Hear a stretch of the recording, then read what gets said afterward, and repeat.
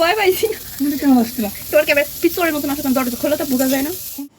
শুভ সকাল আমার প্রিয় বন্ধুরা, আশা করি তোমরা যে যেখানে আছো সুস্থ আছো, ভালো আছো। আর আমিও ভালো আছি। ভারতের ছোট্ট একটা গ্রাম থেকে আমি একা তোমাদের সবাইকে স্বাগত জানিয়ে আজকের ব্লগটা শুরু করছি।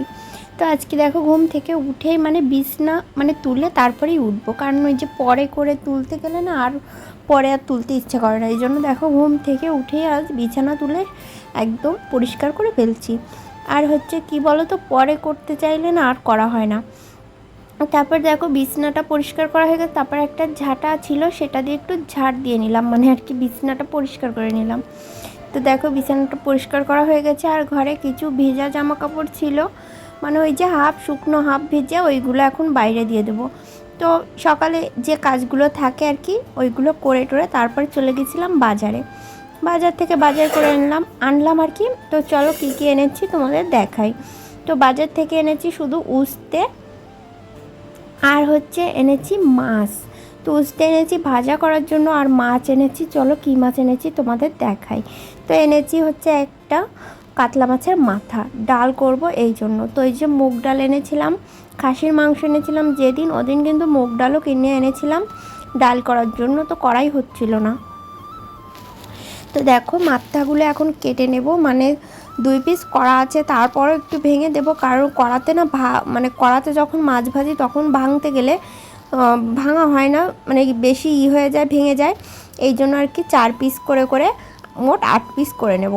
তো বেশি ভাঙবো না, তাহলে ডালের ভিতরে কাটা কাটা হয়ে যাবে। আর মাথাটা কাটতে গিয়ে আমার অবস্থা ভীষণ খারাপ হয়ে যাচ্ছিলো, মাথাটা ভীষণ শক্ত ছিল। তো বাজার থেকে কেটে আনলেই ভালো হতো, তো আমার একদমই খেয়াল ছিল না তখন। তো যাই হোক কষ্টে মষ্টে কেটে দেখো এখন মাছটা ভালো করে ধুয়ে পরিষ্কার করে নেব। বন্ধুরা দেখো অনেকক্ষণ পরে রান্নাঘরে এলাম, আর এই যে মাছে নুন হলুদ মেখে রেখেছি, কড়াটাও বসিয়ে দিয়েছি। এখন মাছটা রান্না করব ডাল দিয়ে। আর হচ্ছে এই যে প্রেসারে ডালটা সিদ্ধ বসিয়েছিলাম, ডালটাও সিদ্ধ হয়ে গেছে, এখন মাছগুলো ভেজে নেব। আর কাঠের উনুনে ভাত বসিয়ে দিয়েছে, আজকে অনেকটাই দেরি হয়ে গেল, তো ঝটপট করে রান্নাবান্নাগুলো সারতে হবে। তেলে জাল হয়ে গেছে, মাছের মাথাগুলো দিয়ে দেবো।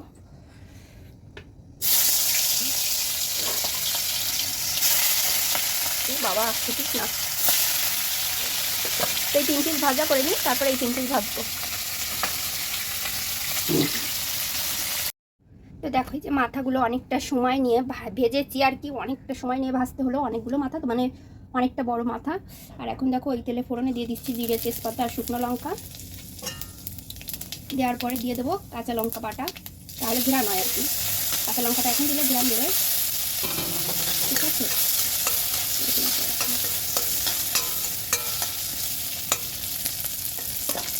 অনেকে দেখেছি পেঁয়াজ রসুন দেয়, কিন্তু আমি কোনো সময় মুগ ডালে পেঁয়াজ রসুন দিই না।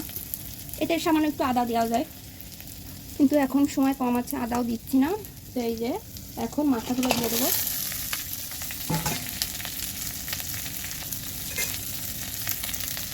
একটু নাড়িয়ে নেব।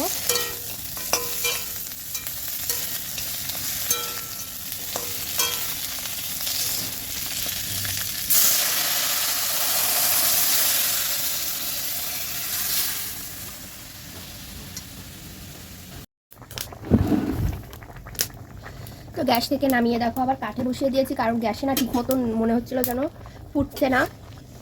তো এই জন্য দেখো কাঠের উনুনে এখন জাল দিচ্ছি টকবক করে।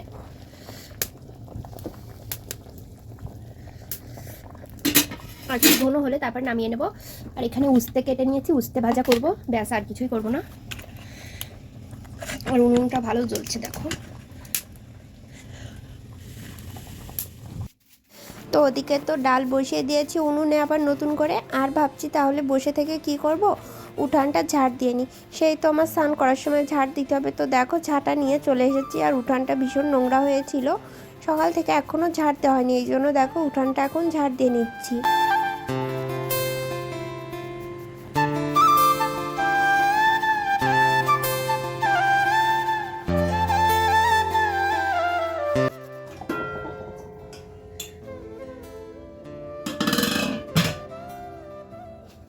তারপরে উঠান ঝাড় দিয়ে তো ডালটা আর কি যাই হোক নামিয়েছিলাম, তারপরে উস্তে ভেজেছি একটা আলু দিয়ে। আর এখন দেখো বাসন টাসন নিয়ে চলে এসেছি কলপারে। অনেক বাসন হয়ে রয়েছে, বাসনগুলো আজ একটু মাজছি, আজ একটু ভালো করেই ঝকঝক করে মাজছি।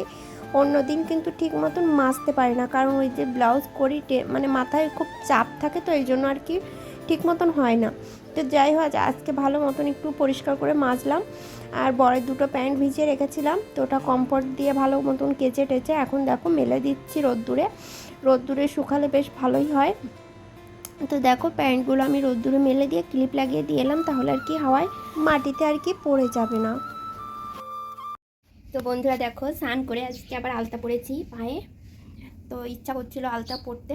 আর হচ্ছে তোমার আজকে হচ্ছে পূজা করতে পারবো, কারণ হচ্ছে আজকে অমাবতী শেষ আর কি। অমাবতী চলাকালীন আমাদের এখানে পূজা করে না।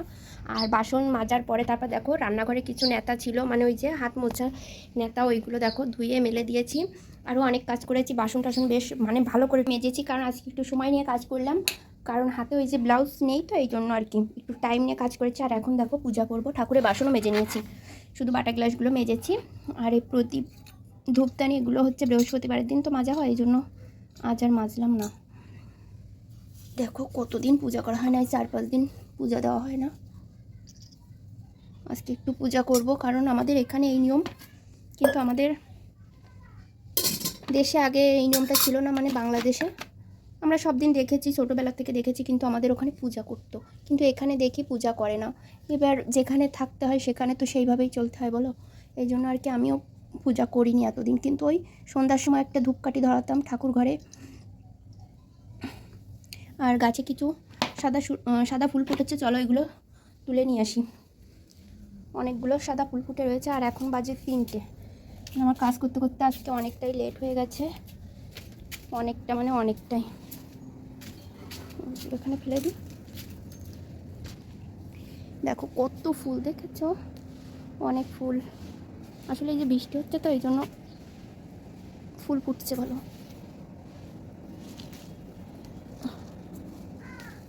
আর আমাদের ফুল কেনা লাগে না, কারণ গাছে হয় তো, আর যাদের গাছে হয় না তারা তো রোজ কেনে।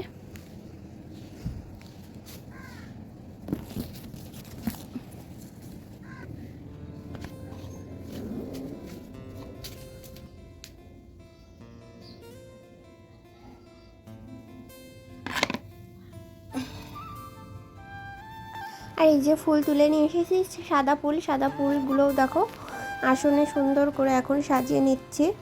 তারপরে হচ্ছে সব কিছু গুছিয়ে এখন যাব হচ্ছে তুলসী গাছে জল দিতে। এতদিন তো দিইনি। আর হচ্ছে তোমার তুলসী গাছে না মানে খেয়াল করা হয়নি এই 4-5 দিন। আর গাছে না ভীষণ ওই যে লতা পাতা যে গাছগুলো হয় না, ওই গাছগুলো দেখো কিভাবে বেয়ে গাছটা মানে একদম কি বলবো অবস্থা পুরো খারাপ করে দিচ্ছিল। আর গাছটা না এই বৃষ্টিতে না হেলে পড়েছে একদম। তো একটা লাঠি এনে দেখো গাছটা এখন আমি একটু সোজা করে দিচ্ছি। এতদিন গাছে হাত দিইনি, এই জন্য আর কি করা হয়নি, ঠিক আছে। তো এখন দেখো ঠিক করে দিয়ে এই যে জলটা দিয়ে দিচ্ছে গাছে। তারপরে দেখো ঠাকুর ঘরে চলে এসেছি, ঠাকুর ঘরে এসে ঠাকুরকে এখন সেবা দিয়ে দেবো। আর আমি প্রসাদে কিন্তু সবসময় নকুলদানাটাই দিই।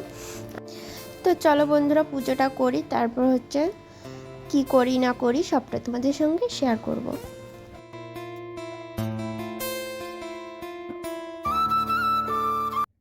তো শুভ সন্ধ্যা বন্ধুরা, তখন তো পূজা পর্যন্ত দেখিয়েছি, তারপর একটু ঘুমিয়েছিলাম। তারপর ঘুম থেকে উঠে সন্ধ্যার সময় সন্ধ্যা পুজো করলাম। তারপর ভাবলাম আজ একটু পাস্তা করে, অনেক দিন করা হয় না, তো বর আসার আগেই আর কি করবো। তো দেখো পাস্তাটা সিদ্ধ করে একটু ঠান্ডা জলতে আর কি ধুয়ে নিয়ে গেলাম। আর ওই যে মানে ঝুড়ি বলছি কেন, যে গামলাটা কিনেছিলাম না, ওই গামলাটা ভীষণ উপকার, মানে কি বলবো রোজ লাগে আর কি। তো দেখো তারপরে এই যে ডিমটা ভেঙে আর কি ডিমটা ভেজে নিয়ে তারপরে তোমার সবজির ভিতরে শুধুই পেঁয়াজ দিচ্ছি, আর কিছু নেই ঘরে। তো পেঁয়াজ তারপরে ওই ডিমটা উঠিয়ে তারপরে সামান্য একটু তেল দিয়েছিলাম, আর ঘরে তেল ছিল না, সরিষার তেল দিয়ে তারপরে পাস্তাটা করছি।